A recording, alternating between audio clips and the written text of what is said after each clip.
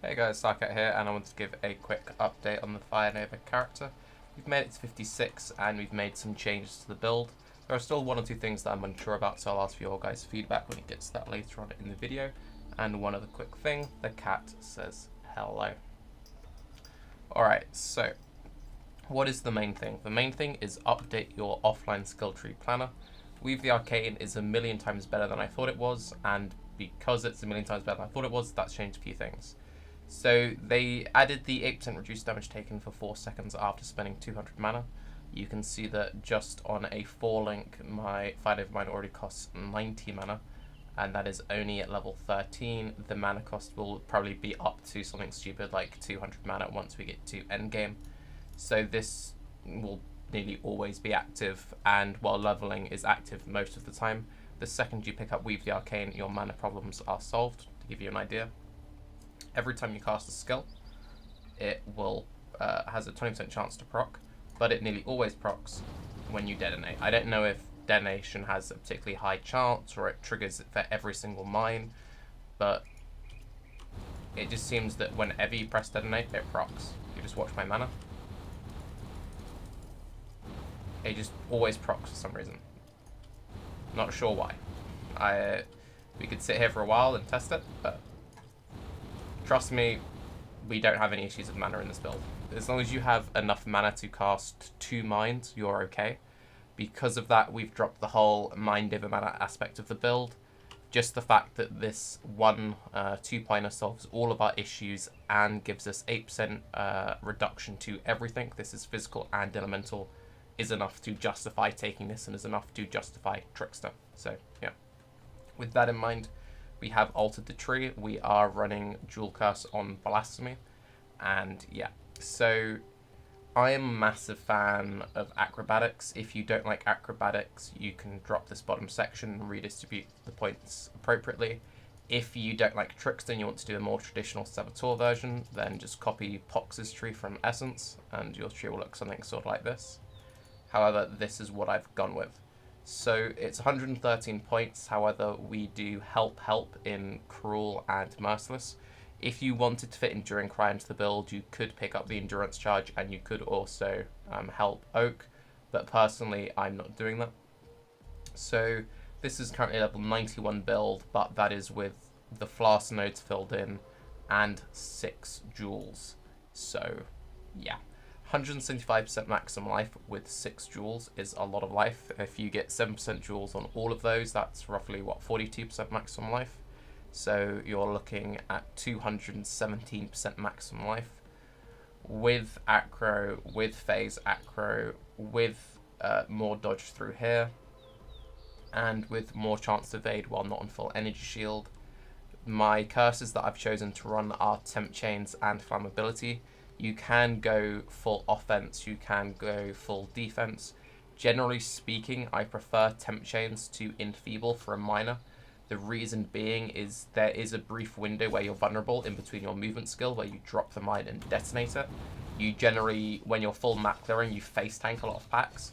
So just slowing everything around you, it gives you that window to detonate your mine. So personally, I prefer Temp Chains to Enfeeble. And then Flammability is the obvious go-to offensive curse because it gives us fire penetration. So, yeah. Play around with Temp Chains and Feeble, play around with Flammability, Ellie Weakness, and just mix and match to your preference. The way we're acquiring Dual Curse is using a Doju's Damning. Again, this is being planned for a league starter for next league. Very easy to pick up. At the start of the leagues, they're more like 5 to 10 chaos, but once a few weeks have gone in, they're usually around about 5C. This is hardcore prices, which for the amount of power you get is very, very achievable, and you can very easily make do with just one curse while leveling, or if you really have to, pick up the points on the tree. Running Tri-Curse would be very powerful in this build. It's just how you would apply the third curse is kind of awkward. We do take Elemental Overload for rares and bosses, so you could do Orb of Storms cast on hit start, which was my original idea with this build. However, when it comes to curses, especially defensive curses, having automation saves you more times than not. I've had a few characters in the past die who they just got like one shot before I could drop the curse, and then you just feel like an idiot. So generally when you can automate your curses, surprise, surprise, automation is king. Now, This is a very defensive setup, both through the Ascendancy option and through the tree.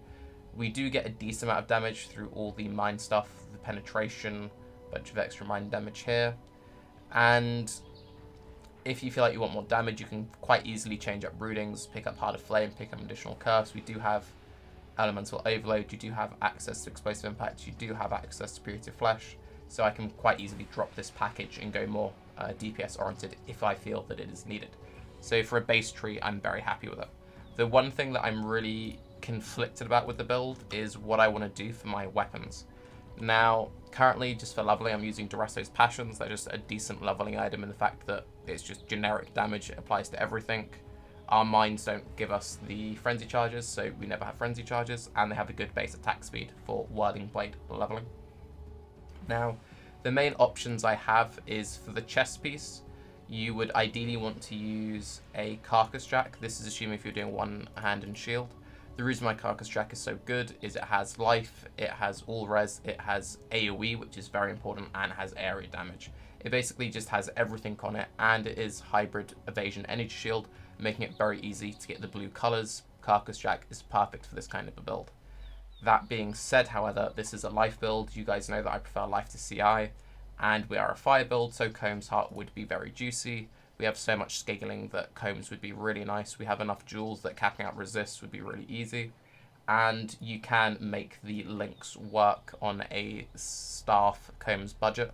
You would have your Fire Nova set up in your staff. You would do your Blasphemy Flammability Temp Chains, just floating somewhere, have a random Orb of Storms for proccing it, Ellie Overload. You would use Cast Knowledge Taken and Mortal Call as a 2-link with Flame Dash Faster Casting for mobility. And then you would have Scorching. I don't know why every time I say Scorching Ray, I call it the wrong thing. And you'd have a Spell Totem Scorching Ray set up for just shredding bosses. If you wanted to drop the Scorching Ray setup, you could just run a Decoy Totem. That would give you more flexibility for links, so that you run stuff like Increased Duration, Vaal Haste, and maybe Vaal Lightning Trap. But as is, this is like a good enough core package that you can make staff Combs work. Obviously, the second you add a Combs into a build, it's going to get a lot more life, a lot more defense. The Combs also gives us fast damage, which scales, and having a +3 staff in nearly all cases will be more damage than running a one-handed shield. And this is where I'm really conflicted. So I've tried finding good resources to compare the DPS values of Staves versus Scepters for casters. And I personally can't find any. I generally don't play that many casters, at least I haven't for a while. I haven't really at all since they updated the bases. So if you guys have any good impacts or insight, more appropriately, into that whole world, I would be interested. One thing to point out, and this is kind of funny, so you would think that doing one hand and shield is more budget friendly, because it's a thing of, well, Comb's Hearts are so expensive, right? Well, not really, because of the availability of the easy 5-links. You can get a 5-link staff for less than a Chaos Orb, even at the very start of leagues. Getting 5 links are incredibly easy as staffs. You can get a +2 pretty straightforward. You can use essences. There's all sorts of stuff you can do to get very easy. Do I have one on me even? Yeah. You can get a Shrieking Essence Rage for cheaps, and it's just like, buy a cheap 5-link, buy this, slap, you already have a +2. That was like no investment whatsoever. And getting a cheap 5-link early into the league, staff is the way to go. Then that also means that you can run any kind of chest you want. You can still run stuff like Carcass Jack, you can run anything, and you don't need to worry about having awkward colors. Now, the thing where it gets kind of awkward is on the flip side. If you do one-hand and shield, you can use, probably a Scepter because they have the 6% elemental penetration as the implicit.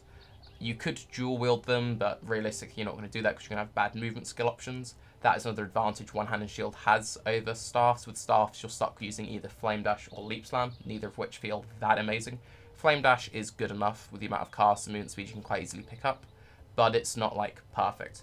The other issue you have is, while Combs makes the defense more expensive, with a one-hand shield at the start of the league and even at the end of the league, you can pick up a Sapphire's Frame for about 1 alch to a Chaos. Sapphire's, I think, is a pretty undervalued item, especially if Breach makes it into the core game.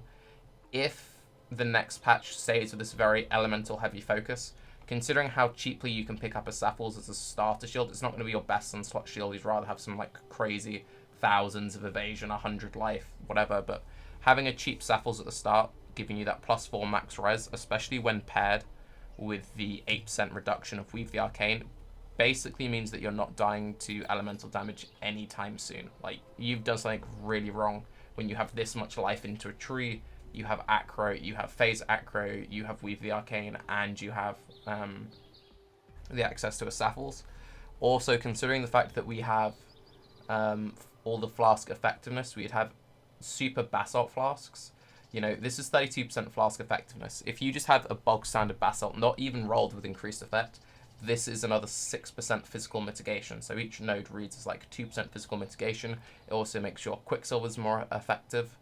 Your like ideal, like if you want to go full tank tree while being life, I know full tank life lol, would be something kind of like 1 to 2 HP potions. Some people like 2, some people like 1. Then a Quicksilver, a Basalt Flask with increased effect, and then a Taste of Hate. Now, obviously, the second you start adding Taste of Hate, stuff becomes more kind of GG. But if you did the Saffle setup, you'd be in a situation where you're never dying to cold damage because you have the max res from the Saffles, the max res from the Taste of Hate, the 8% reduced damage from being a Trickster. You have the increased physical mitigation from the Flask effect on both the Basalt and the Taste of Hate, and then the 8% reduction from Weave the Arcane, and your Acro, so you're not really getting hit, and a very high HP pool. So the idea is you very rarely ever get hit. When you do get hit, you're not getting one shot because you have all this layers of mitigation, and at that point, it's just a case of can you get the DPS high enough. So that's kind of where I'm a little bit conflicted. I just really need to know more about the strength of one-handed Scepters. There are all of these layers for very strong possible mitigation here, and it's just a case of making them all line up correctly. One other quick thing I want to say before I go is I'm also, when I'm done with mines, I'm going to use the same base tree, just drop the mine nodes, and I'm going to try out a pure Scorching Ray build. The reason why I want to try it is the Trickster Ascendancy is pretty well suited to it. You can take Weave the Arcane just to solve all your mana issues. Again, quite reliably keep the 8% damage active, 8% damage reduction active. You have Patient Reaper, which gives you some increased damage over time, increased life recovery, mana recovery.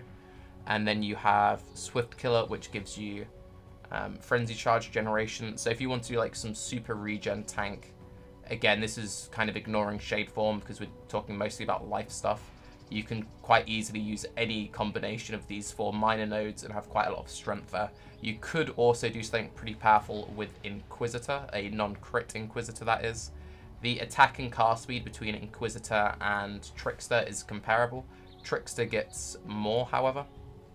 The one nice thing that you do have going for you, the Inquisitor, is the nearby enemies take increased elemental damage. Again, this is take increase, so this is like more damage. So that's a very nice DPS boost. And then you have all this like crazy life regen built into Sanctify and Pious Path.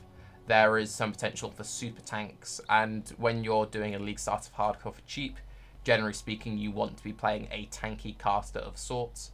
So yeah, that's kind of where my mind is at the moment. Do give me some ideas for the whole Staff versus Scepters thing.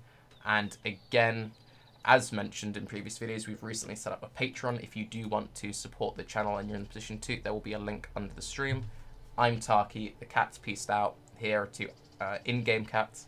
Have a good day. Bye-bye.